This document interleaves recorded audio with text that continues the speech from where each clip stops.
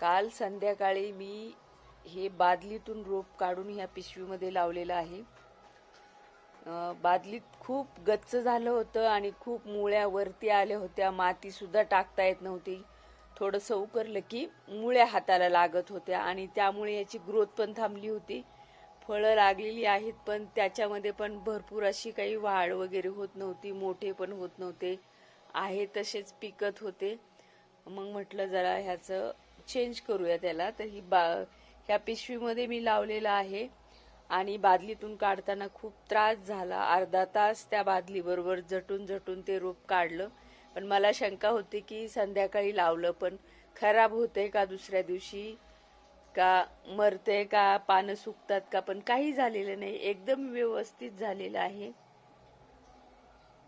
तर या बादलीमध्ये मी कुजलेले शेणखत, पालापाचोळा हे टाकलेलं आहे आणि माती साधी टाकलेली आहे.